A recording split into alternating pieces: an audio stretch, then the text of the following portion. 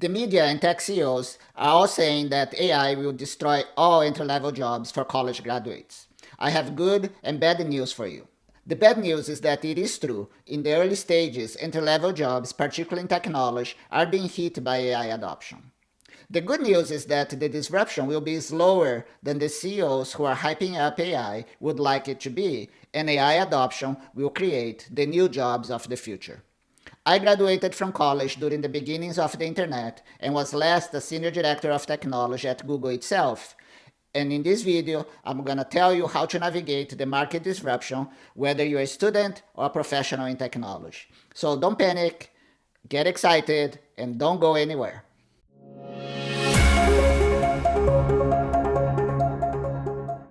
Welcome to CareersCast. I am publishing this in the summer of 2025, and there is a new class of college grads entering the job market right now. When I got my engineering degree 35 years ago, graduating from a prestigious university was a passport to a well-paying job in some big corporation. That's not the case anymore. First, a lot of people get a college degree these days, about 3 million every year in the US. And second, our education system has not kept up with changes in technology and society, and our universities, unfortunately, are often teaching skills for jobs of the past. We can see the results of that in the media. For example, this Fortune magazine headline reports that about half of college graduates in the US go unemployed or underemployed and end up getting jobs that do not require higher education. This New York Times report shows that unemployment among college graduates is higher than for the general population and shows that the class of 2025 and the next few years will be entering a difficult job market. When there is a major technology disruption, technology companies are the first to feel the effects of it. And so, college grads in areas like engineering and computer science are the most worried about AI in the short term. It is hard to interpret all this noise, so let's clear that up, focus on what's real, and I'll give you concrete advice on what to do to navigate this disruption and ride the wave and come out on top in this major shuffle triggered by technology in the next decade. I have broken this advice in 4 major points.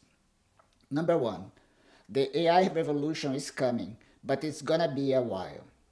When there is a major disruption in society, triggered by technology, there is a common pattern described as a hype cycle. We first get very excited and believe that the effects of the transformation will happen very quickly. Then, after a couple of years, not much has changed for the average person, and the skeptic says the technology was a fad, and life goes on as before. The technology continues to mature and is adopted by early adopters and slowly changes things. After 10 years, all that was dreamed in the early days become reality. It did happen that I was professionally involved in the beginnings of the commercial internet in 1993. At that time, it was very easy for me to dream of a world in which we are connected 24 by 7, a map in my cell phone gives me turn-by-turn directions when I'm driving, and we can shop online. I would hear technology is advancing so fast, and this time it's different from other innovations from the past. By the year 2000, the internet bubble burst and nobody believed the hype anymore. And today, 25 years later, we live in that world we dreamed almost 30 years ago. The same will happen to AI. There will be some areas affected early, but the transformation of our lives and the destruction of our jobs because of the new technology will take about a decade to happen. So, you don't need to panic. You don't need to pivot your life plans, right? You don't need to give up college. You don't need to make any big changes because nothing significant is going to change over the next month, over the next year. The changes are going to happen gradually over the next 10 years. If you are interested in learning more about the technology hype cycle and how to navigate it successfully, watch the hype cycle video in CareersCast. The point number 2 is that the return on investment on college degrees is declining very quickly. As mentioned before, the cost of college tuition in the US keeps rising and the value of a university diploma keeps declining. A typical university student in the US today, going to an average state university, spends about $40,000 a year if staying in state, or $70,000 a year going out of state. That goes up by another $20 or $30,000 a year for the top universities in the country.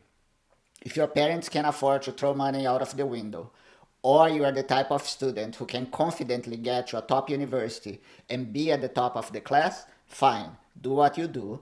But for most, if you are still picking your path through college, my advice is do everything you can to avoid financial debt. Starting your professional life with a few $100,000 in student loans at 10% interest rates means that you have to dedicate a significant portion of your life after college to pay down debt or go bankrupt. So if you're already in this situation, hold on until point four in a minute, and let's look at point number three, which is universities are broken. You need to take responsibility and focus on core knowledge. Going to university is a privilege you need to take with responsibility. You are no longer doing it to make your parents happy. You need to use those 4 years wisely and prepare for what is ahead. Yes, a college degree still has value, but you cannot just go through the motions to get it. Use the 4 years to learn how to learn and how to work with others. Do not spend time in school learning programming language in computer science or copywriting or graphic design in marketing or using spreadsheets in business. Don't spend time in class learning how to use current tools or platforms. Nobody needs to go to the university to learn those things. Pick the classes where you can learn the core of each discipline. In computer science, focus on the science. If you're doing marketing, focus on understanding the core principles of marketing. If you're in business, learn about business. Outside what classes offer, embrace the technology and become the expert leading the revolution. You need to understand AI and how it can be applied in your field of study. And whether you're a student or you just graduated from college, I want you to start thinking like a professional. And so, for example, as you're using some website service, think what's behind that screen, right? So, if you're in computer science, think about the technologies that made possible, right, for that service to be offered to the web to you.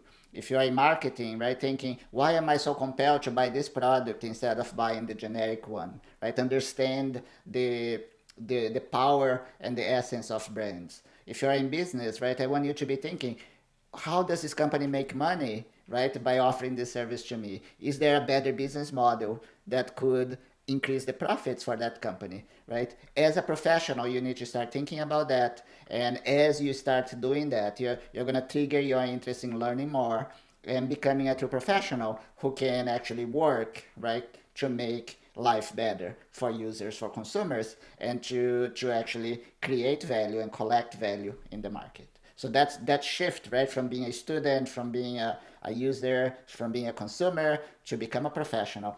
It is a very important step in your life. And to learn more about all that, watch the video Navigating College in the Era of AI in the Careerscast channel. Now let's look at point four, which is actually getting the first job out of college. And you graduated, congratulations. Maybe you took a couple of weeks off, and now it is the time to get that first job. If you have been a subscriber of Careerscast, you know that the best time to get your first job out of college is while you're still in college. You prepare during your freshman and sophomore years, and then you get an internship during your junior and senior years. And whether you have done that or not, it is a tough market out there, and many of you have not yet secured your first job. Applying to jobs through company websites might be part of what you need to do, but that certainly is not the best way. Most likely, your first job is going to come through a referral of someone you have access to. So, my advice to you is number one, continue to think and act as a professional, as I mentioned before. This is the time for you to make that transition in life. Getting a job is a full-time job. You're gonna need discipline, you're gonna need some planning, and you're gonna need to do some hard work. So plan your time during the week so that you can apply for jobs, you can expand your network of relationships, and you can continue to learn and expand your horizons. Learning is not something you do in college, learning is something that you need to do for the rest of your life. And number three, prepare for a job interview before you get job interviews. Job interviews are hard to get, and you want to make sure you nail it on the first time. So you can watch the video Job Interview Success Guide in the Careerscast channel. And now I want to offer a piece of wisdom from me to you, and it's really the essence of this video. For most of it, I have been telling you how difficult things are. I have been telling you what to do and what not to do. I might even have sounded like your parents. But this is the time for you to take charge of your life. It is the time for you to think independently of your parents. Your 20s is the time to learn, to explore, to experiment. This is a time to go somewhere distant if that's what you want to do. This is a time to try to be Michael Jordan in your space if that's what you want to do. If you feel lost, like you don't have much, this is the best time in the rest of your life to take big risks. So go and do it. If you're financially free, make good choices and make enough money to go get by, but make sure you do something you love. Make sure you do something that you do well, and make sure you work with people you admire. Now is the time to learn and find your real talents. If you're already carrying financial debt, you need to get rid of that. You need to find a job that pays enough for you to get rid of that. Learn the lesson and go recover your freedom. Don't forget to find purpose and do what you love, because success is not a destination but it's something you enjoy every day of your life. So making recovering your freedom part of your purpose, and go do it and go be successful.